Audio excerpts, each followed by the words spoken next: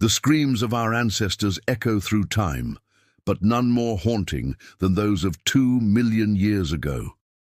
In the twilight of the Pliocene, when giants ruled every corner of Earth, the first humans faced a choice that would define our species forever: protect the young or perish as cowards. Imagine standing barely 4 feet tall, clutching a sharpened stick, as a saber-toothed cat the size of a modern lion prowls just beyond the firelight.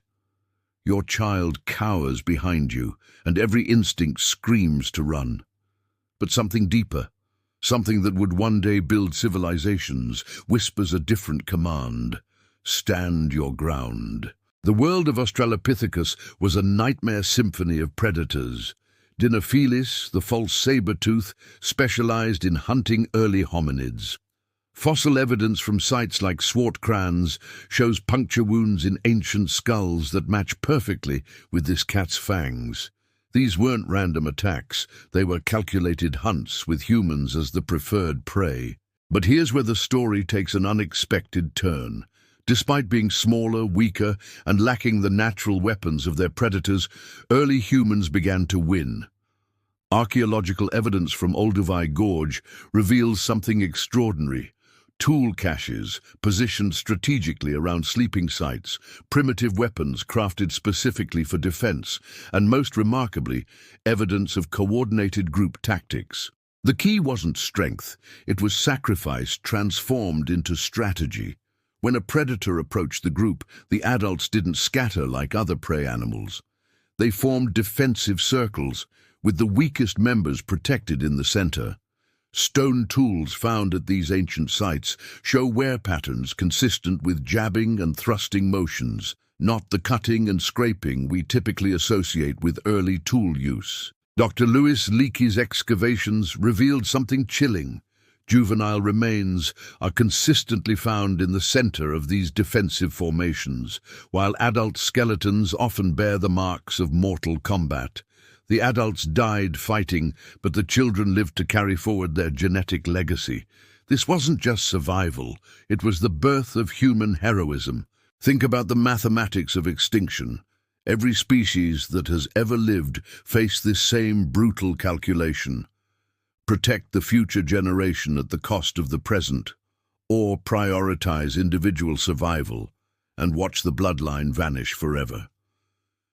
The fossil record is littered with species that chose poorly. But what made early humans different wasn't just their willingness to die for their young, it was their innovation under pressure. Recent discoveries at the Rising Star Cave system reveal that even our earliest ancestors understood something profound about death and remembrance. They buried their dead, suggesting an awareness that sacrifice had meaning beyond the immediate moment. The predators they faced weren't just large, they were specifically evolved to hunt primates. Meganterion, another saber-toothed specialist, had proportionally longer limbs than modern big cats, perfect for climbing trees where early humans sought refuge. Fossil evidence shows these cats could pursue prey vertically, turning even the highest branches into death traps. Yet humanity's answer to this aerial assault wasn't retreat, it was revolution. Fire became their first true weapon, not just for warmth or cooking, but as a defensive tool. Charcoal deposits at early human sites show controlled burns used to clear underbrush around camps, eliminating cover for stalking predators. They literally reshaped the landscape to protect their vulnerable. But the most unsettling discovery came from analysis of predator remains found near human sites. These aren't just bones, they're trophies. Early humans weren't content to merely survive their encounters with apex predators. They were systematically hunting the hunters, turning the tables on creatures that had terrorized their ancestors for millions of years. The evidence suggests a coordinated campaign of extermination. Large predator populations began declining precisely when human tool sophistication increased. This wasn't coincidence, it was warfare.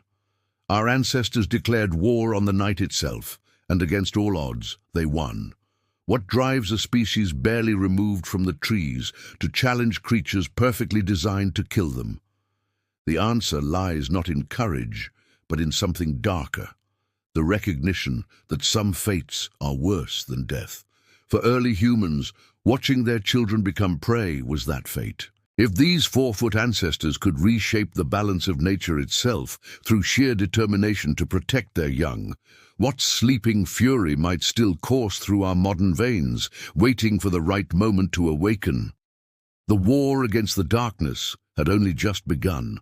As the great predators fell to human cunning, nature itself seemed to conspire against our ancestors, unleashing forces that would test their newfound defiance in ways they never imagined.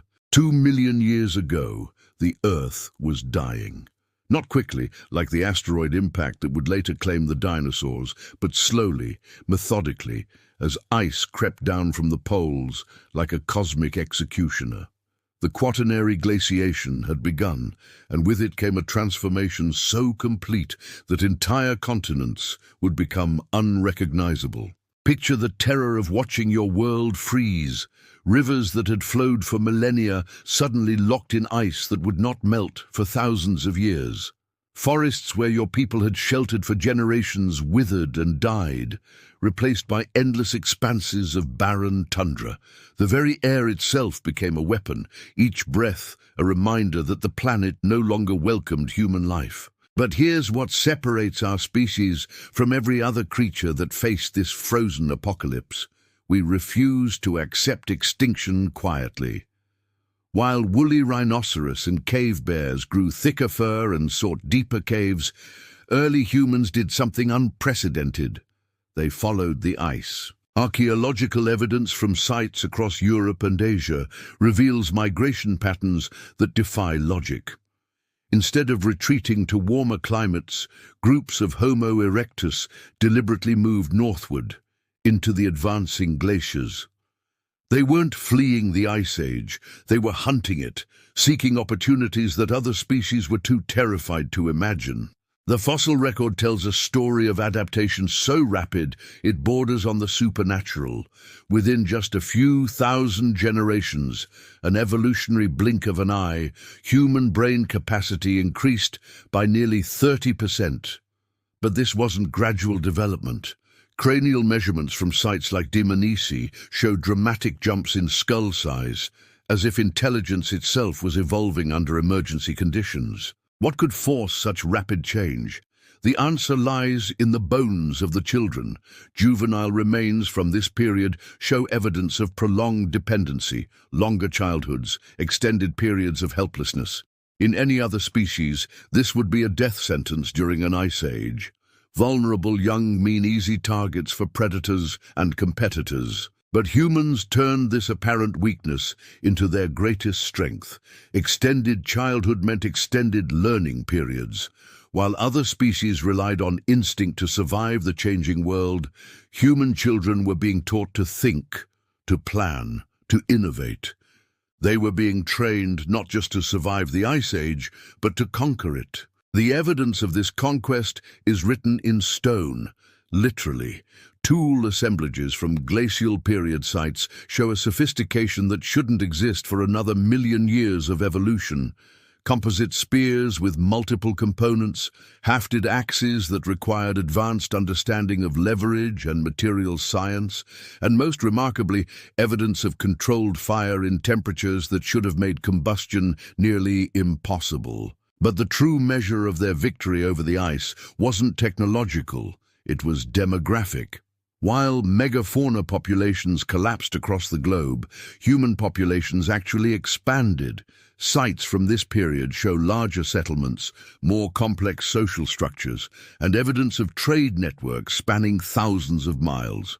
They weren't just surviving the Ice Age, they were thriving in it. Recent discoveries in Siberian permafrost reveal something even more extraordinary.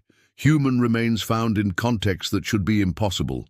Settlements established on glaciers themselves, semi-permanent camps carved directly into ice walls. These weren't desperate survival measures, they were strategic outposts, advanced positions in humanity's war against the frozen Earth. The children in these ice settlements weren't huddled masses waiting for rescue. Artifact analysis reveals toys and learning tools specifically designed for subarctic conditions. These young humans were being raised not just to survive in a world of ice, but to see it as home. They were the first generation to look at a glacier and see opportunity rather than death. What did they see that we've forgotten? Modern climate analysis of Ice Age conditions reveals resources invisible to other species. Trapped air pockets in glacial ice that could serve as refrigeration systems, predictable migration patterns of cold-adapted prey, and most crucially, the absence of traditional predators who couldn't adapt to the new world. But perhaps the most chilling discovery comes from genetic analysis of remains from this period. DNA evidence suggests that Ice Age humans weren't just adapting to cold, they were actively selecting for traits that modern humans have lost. Enhanced night vision, improved cold tolerance, and most mysteriously brain structures that appear optimized for extreme stress and rapid decision-making under life-threatening conditions. These weren't the ancestors we imagine, humble gatherers struggling against nature's fury. They were something far more unsettling, the first humans to look at a planet trying to kill them and decide to kill it back. They were learning to wage war against Earth itself. The Ice Age wasn't humanity's greatest challenge, it was our first victory. But victory over forces this vast always comes with a price. What did we have to become to win this war? And in the silence of our modern comfort, do we still carry the capacity for such absolute determination? If you want to uncover the next forbidden chapter of Earth's history, where humanity's true nature was forged in ice and blood, follow us into the darkness where our real story begins.